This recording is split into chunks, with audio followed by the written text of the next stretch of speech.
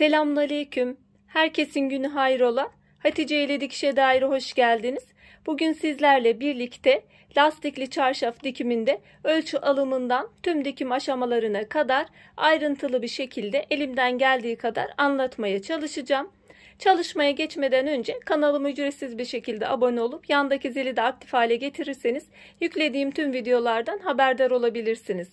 Ayrıca bizi Instagram'dan Hatice ile hesabından da takip edebilirsiniz.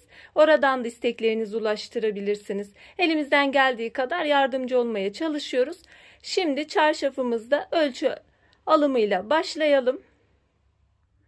Ölçü alırken dikkat etmemiz gereken yatağımızın enini, boyunu ve yatak yüksekliğini ölçmek. Yatağımızın boy ölçüsünü alıyoruz. Yatağın boyunu belirliyorum. Sonra yatağımızın enini de belirliyoruz. Benim yapacağım çalışmada yatak eni 1,5 metre, 150 santim eninde, 2 metre boyunda. Enini ve boyunu belirledikten sonra yatak yüksekliğine bakıyoruz. Yatak yüksekliğini de ölçüyoruz. Benim elimdeki yatak yüksekliği 30 santim. 30 santim olduğu için daha fazla pay vermemiz gerekiyor. Kumaş olarak aldığımızda enini alıyoruz, boyunu alıyoruz, ekstra kulak paylarını veriyoruz. Kulak paylarını belirlemek için de yatak yüksekliğine bakıyoruz. Yatak yüksekliği 30 santim olduğu için 30'un üzerinde kulak payları eklememiz gerekecek. Burada 30'a 40 santim kulak payı ekleyebiliriz. Birazı altına kalacaktır. Bir kısmında dikiş payı olacaktır. Altına kalmasını istemiyorsanız, sadece dikiş payı olmasını isterseniz 35 santim de yeterli gelecektir. Kumaşta kesime geçmeden önce kağıt üzerinde de ifade etmek istiyorum. Gelen tüm soruların cevabı bu videoda olacaktır inşallah. Bizim yatağımız en olarak 150 santim, boy olarak 200 santim, yükseklik olarak 30 santimdi. Bu bizim yatak ölçümüz. Yatak ölçüsünü şöyle dikdörtgen şeklinde şu kısmı yatak olarak düşünüyoruz. Bu şekilde çizdim. Kenar kısımları da bizim kulak paylarımız olacak. Kulak paylarını neye göre belirliyoruz? Yatakta da ifade ettiğim gibi yüksekliğine göre kulak payını belirliyoruz. Bizim yüksekliğimiz 30 santimdi. Artı 10 santimde bir ekleme yaptım.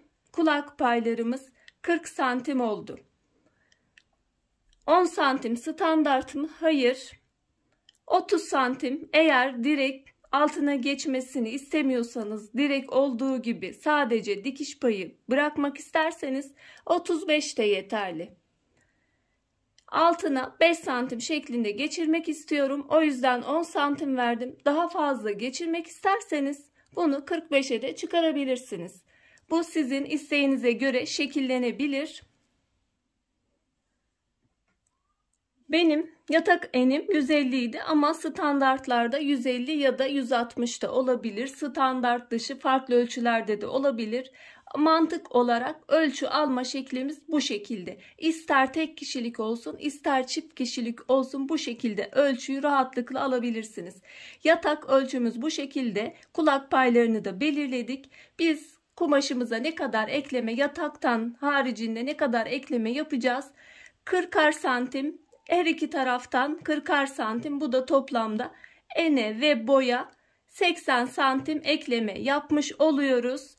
Benim bu ölçülere göre toplamda 2.80 boy için, 2.30 en için kumaşa ihtiyacım var. Genellikle bu kumaşların enleri 2.40 oluyor ve toplamda alacağım kumaş 2.80. 280 santim kumaş alıyorum. En kısmından 2.40'lık kısmından 10 santim çıkarıyorum. Yatak ölçümü tam oluyor. Farklı enlerde, kumaşlarda var. O şekilde de tercih edebilirsiniz. Standart yataklara bu şekilde yeterli geliyor. Eğer en 160 santim olsaydı en kısmından, kumaşın 2.40'lık kısımdan hiç çıkarmayacaktık. direkt 2,80 alacaktık kumaşı ve tam tamına olacaktı. Şimdi bunu kumaş olarak düşünüyorum. Bunu tek tek köşeleri 40'ar santim her iki taraftan yaparak da alabilirsiniz. Daha kolay. Kumaşı bu şekilde gösteremeyeceğim için, kumaş çok büyük. Kolay katlayamayacağım için şu şekilde katlayayım, daha anlaşılır olsun yazılar gözükmeden. Kumaşımı ikiye katladım. Bir de bu taraftan katlıyorum ve 4 kat olmuş oluyor. Bu şekilde diğer kısımlar kapalı zaten. Açık köşe kısımları, 4 köşeyi de bu şekilde de üst üste getirerek kesebilirsiniz. Şuradan 40 santim, buradan 40 santim de buradan alıp kesebiliriz. Kumaşı 4'e katladıktan sonra zaten ölçümüzü belirledik. Bu şekilde keserek yapabiliriz. Farklı şekillerde kesimlerimiz de var. İsterseniz 40 santimi belirledim. Buradan da 40 santimi belirledim. Köşemi bu şekilde de kesebilirim.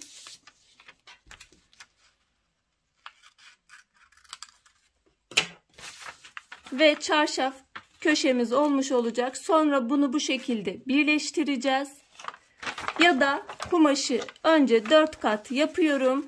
Şu şekilde de 4'ünü birlikte de kesebiliriz. Ben kumaşta 4'ünü bir keseceğim.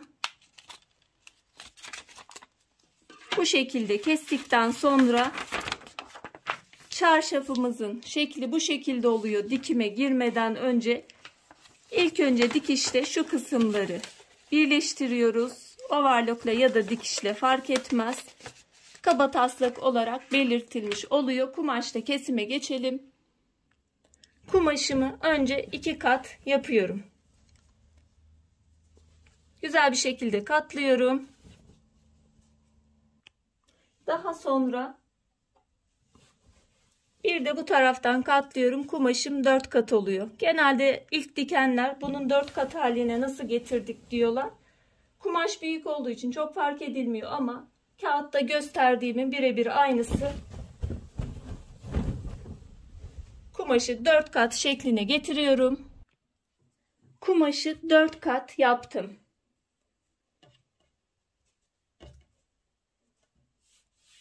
Köşe kısımlarını buradan alacağım. Benim ölçüm kulak payı olarak 40 santimdi.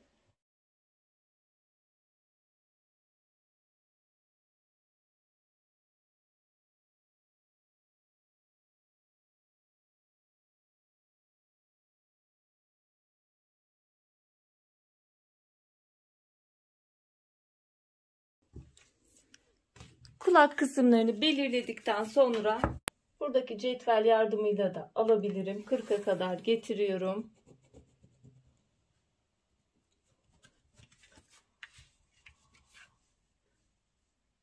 Ve bu cetvelin yardımını kullanarak düz bir şekilde de çizgimi çekiyorum. Mezurasız da ölçüyü alabiliriz ama ben göstermek için yaptım. Bu cetvelle bu şekilde kolay bir şekilde alıyoruz. Bu kısımda buradaki çizgiyi düzlediğimiz zaman düz bir çizgi elde etmiş olacağız zaten ölçüyü almasak da. Yalnız buradan birer santim dikiş payı bırakarak iç kısımdan ölçümüzü alacağız.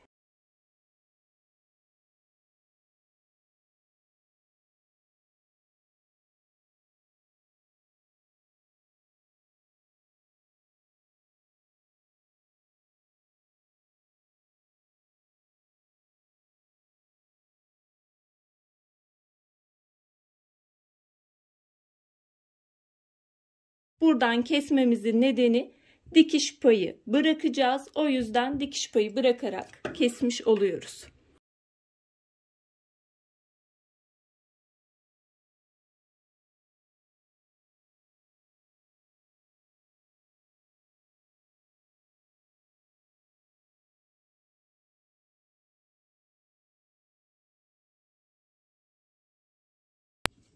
Kesim bundan ibaret. Umarım anlaşılmıştır. Şöyle 4 tane kulak kısmını da kesmiş olduk. Kesime kadar olan kısımları detaylı anlattığım için dikiş bölümlerini kısa keseceğim. Öncelikle yapmamız gereken çarşafı açıyorum. Komşu kulakları şu şekilde oluyor. Birbirine getiriyorum. Şu şekilde tutuyorum. İsterseniz önce dikin, sonra overlock'unu gidin ya da overlock'la birleştirin. Sonra iç taraftan dikişi yapın. Şimdi hem dikişini hem de temizlemesini yapıyorum.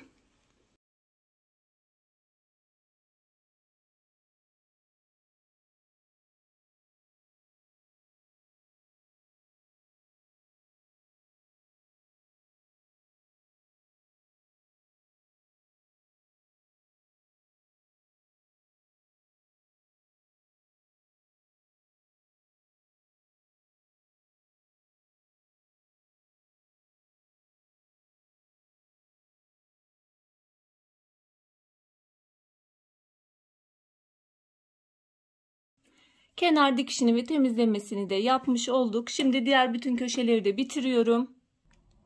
Köşe kısımlarını oluşturmuş olduk. Dikişini ve temizlemelerini dört bir köşede bitirmiş olduk. Şimdi sadece köşe kısımlarına da dikebilirsiniz lastiği ama ben genel olarak çevresini hepsini lastiği geçiriyorum. İsterseniz tüm devreyi overlock çekip şu şekilde geniş bir lastik de kullanabilirsiniz. Overlock çektikten sonra şöyle katlar lastiği içinden çektirerek bu şekilde de dikebilirsiniz. Bu şekilde dikerseniz lastik gevşediği zaman çıkarma ihtimaliniz olmuyor. O yüzden sökmeniz gerekiyor. Ben tercih ettiğim daha dar lastikler ve kanal yaparak şu şekilde bir katlıyorum. İsterseniz overlock çekip tek de katlayabilirsiniz. Bu şekilde katlıyorum. Bir daha katlıyorum. Kanal yapıyorum. Bu kanalın genişliği de içinden lastiğin rahat bir şekilde geçeceği şekilde katlama alıyorum. İstediğiniz genişlikte lastiği tabi kullanabilirsiniz. Geniş lastik kullandığınız zaman kumaş ölçüsü daha da artacaktır. Dar lastik kullandığımız zaman kumaştan da tasarruf etmiş oluyoruz. Ben şimdi şu şekilde kanal yapacağım ve yuvarlak olan lastiği kullanacağım. İçinden geçireceğim. Öncelikle komple dikeceğim. Lastik ölçüsünü de her ne çalışma yaparsanız yapın. Yaptığınız çalışmanın tüm devresini ölçüyorsunuz. Yarısı kadar lastik alıyoruz. Burada da bizim çok basit bir yöntemle en ve boy toplamının ölçüsü kadar lastik alabiliriz. Burada 3 metre 50 santim bunun için yeterli gelecektir.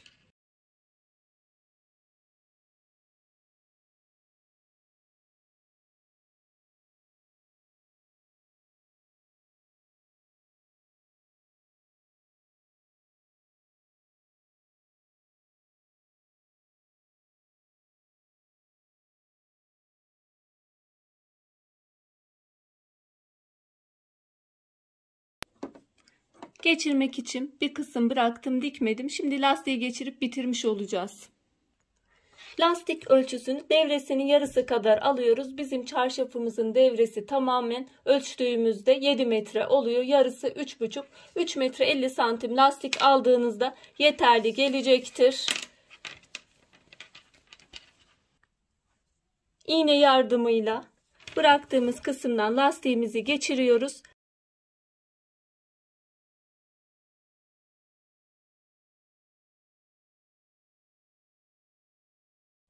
Yuvarlak lastik kullandığımız için şöyle üst üste koyup dikemeyeceğimiz için bağlama yapıyoruz.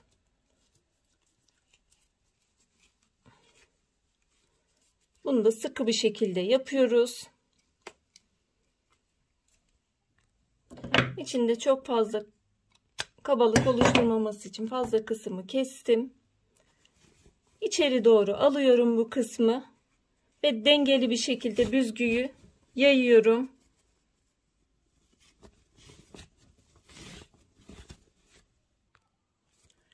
açıklık bıraktığım kısmı da dikiyoruz. Dikim işlemi, çarşafımız bitmiştir.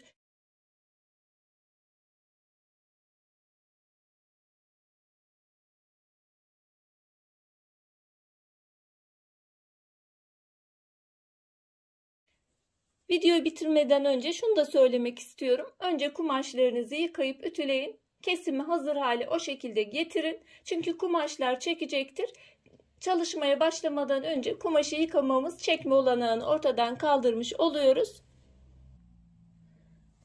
Umarım faydalı bir çalışma olmuştur. Yapmak isteyen, denemek isteyen arkadaşlara kolaylıklar diliyorum. Allah'a emanet olun. Hoşça kalın, sağlıcakla kalın.